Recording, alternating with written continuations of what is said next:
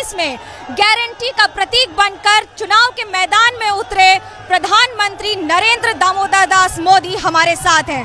मोदी जी, उड़ीसा में ये भीड़ देखकर क्या कहेंगे, क्योंकि इस बार जो नारे लगे हैं 10 साल के कार्यकाल में कितना भरोसा है कि पिछले रिकॉर्ड टूटेंगे?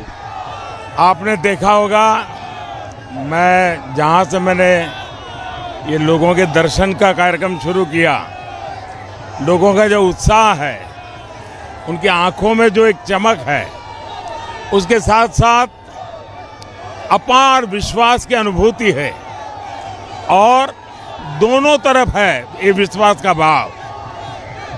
मैं उड़ीसा में 2 या 3 बार यहाँ अलग अलग जगह पे गया हूँ। इस प्रकार का जुनून, इस प्रकार का उत्साह बहुत ही कम देखा जा सकता है। लैंग्वेज का प्रॉब्लम होने के बावजूद भी मैंने देखा कि जो एक दिल का कनेक्ट है, मनों का भाव है, वो पूरी तरह जुड़ चुका है। और मैं पक्का मानता हूं कि उड़ीसा की लाइफ में ये एक बहुत बड़ा टर्निंग पॉइंट है। गठबंधन की बात हुई थी, बना नहीं। इस बार कितना भरोसा है कि सीट और आंकड़े बढ़ जाएंगे उड़ीसा में? हम पहले भी 2 अलग अलग दल ही रहे हैं। हम इसके पूर्व भी अलग अलग ही चुनाव लड़े हैं। मुद्दों के आधार पर संसद में हमें समर्थन मिलता रहा है, लेकिन असेंबली में हमारा हमेशा उनके साथ संघर्ष रहा है। और कारण ये है कि उड़िया की संस्कृति, उड़िया की मिट्टी की सुगंध इस गवर्नेंस में नजर नहीं आ रही है। सामान्य मानवी कट ऑफ फील करता है। इवन राजा महाराजाओं के जमाने में भी जनता से कोई कनेक्ट होता था, यहाँ कोई कनेक्ट नहीं है। ऐसी स्थिति में भारतीय जनता पार्टी का दायित्व है जन सामान्य से जुड़ करके उड़िया नागरिकों की आशा आकांक्षाओं को पूरा करना।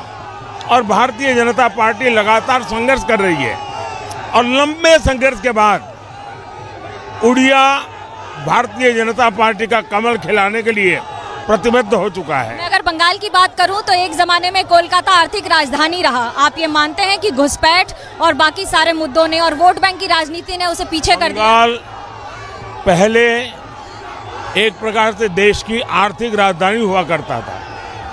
इस देश में जितने भी सामाजिक आर्थिक परिवर्तन आए, कई शताब्दियों तक बंगाल ने उसका नेतृत्व किया है।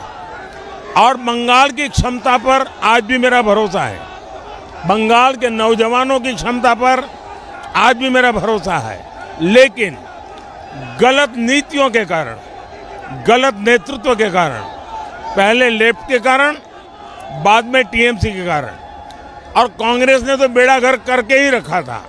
इन लोगों ने 50 साल में इसको तबाह करके रखा हुआ है। जिस प्रकार से वोट बैंक की राजनीति हो रही है, ममता जी पार्लियामेंट में जब थी, जिन मुद्दों को लेकर के पार्लियामेंट में वो पेपर उछालती थी, आज उन्हीं मुद्दों को वो सरेंडर हो गई है। और वो उसके लिए एक बहुत बड़ी सोने की खान जैसा बन गया है।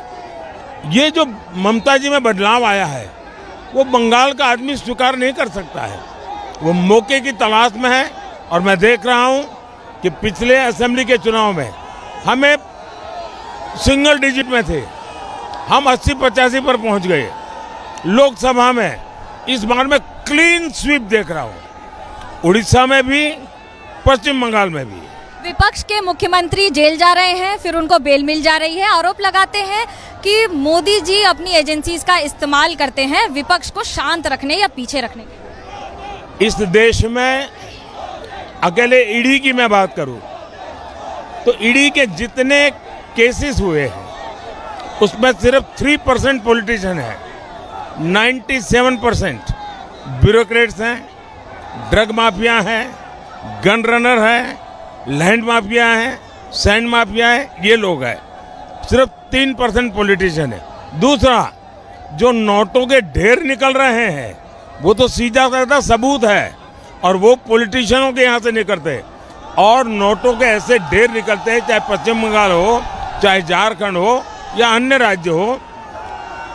बैंक के मशीन नोटे गिनते गिनते हांफने लग जाते हैं। ये हालत हुई है और इसलिए हिंदुस्तान के लोगों के ना करीब करीब 1.25 लाख करोड़ रुपया जब्त हुआ है। अब ये निर्दोष लोग होते थे, पैसे आए कहाँ से? जब आप विपक्ष की बात कर रहे हैं तो विपक्ष ये कहता है कि विकास की अगर इतनी भरोसा है तो फिर धर्म और धर्म के नाम पर आरक्षण की बात क्यों की जाती है? हमने नहीं की है।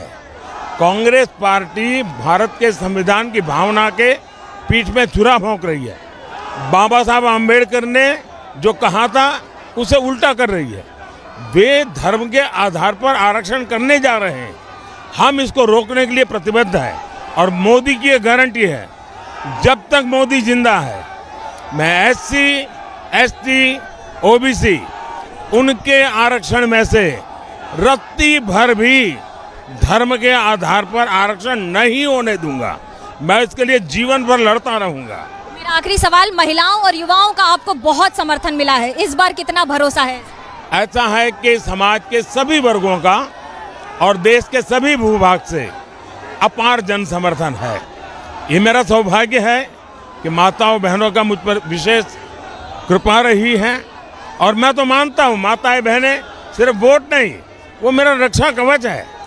वो मेरे लिए हमेशा मन्नत करती है। और गांव की किसी गरीब महिला जिसने मुझे कभी देखा नहीं, जिसने मेरा नाम नहीं सुना है, आप पूछोगे तो पूरा नाम मालूम नहीं है, अकेला मोदी पता है, क्या हूँ मैं वो भी पता नहीं, वो कहती है कि दिल्ली में मेरा एक बेटा बैठा है। जीवन में इससे बड़ा संतोष क्या हो सकता है? 4 जून को रिजल्ट आएगा, मोदी जी उस दिन क्या कर रहे होंगे? 4 जून को हिंदुस्तान के पॉलिटिकल इतिहास में सबसे ज्यादा विक्रम के साथ भारतीय जनता पार्टी और NDA का विजय होगा। बड़ा दिलचस्प है मुकाबला। कैमरा पर्सन सूरज पांडे के साथ मनोज्ञा लोईवाल, उड़ीसा, ABP न्यूज।